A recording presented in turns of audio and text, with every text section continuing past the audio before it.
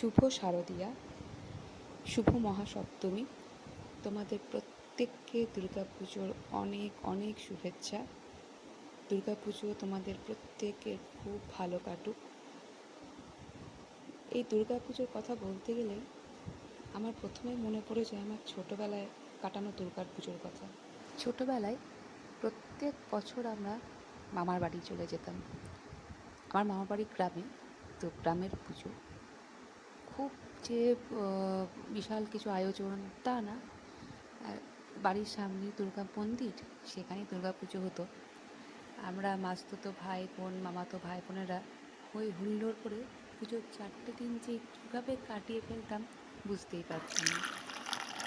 এখন আর যাওয়া হয় না, প্রায় বহু বছর মামাবাড়ি যাইনি। প্রত্যেকে এখন নিজের নিজের কাজে ব্যস্ত। তবুও দুর্গাপুজোর কথা বললে আমার সেই ছোটোবেলার কাটানো দুর্গাপুজোর কথাটাই যেন চোখের সামনে প্রথমে ভেসে ওঠে।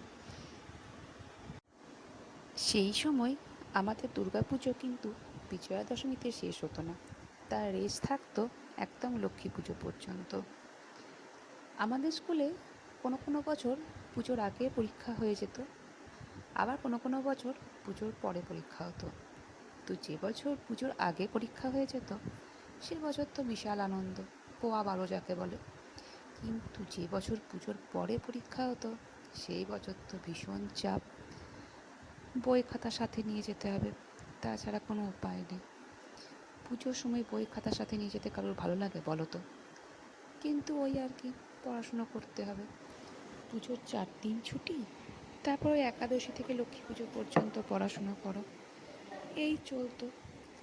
তবুও পুজোর সময় মামার বাড়ি যাওয়া বাদ দেওয়া যাবে না, তখন যেন একটা আলাদাই ক্রেজ ছিল। এখন পুজোর সময় মামার বাড়ি যেতে না পারলেও পুজোর আনন্দে কোনো ভাটা পড়েনি, সেই গল্প আর একদিন শেয়ার করব। আজকের ব্লগটা এখানেই রাখলাম। পুজো তোমরা খুব ভালোভাবে এনজয় করো, ভালো থেকো, সুস্থ থেকো, টাটা।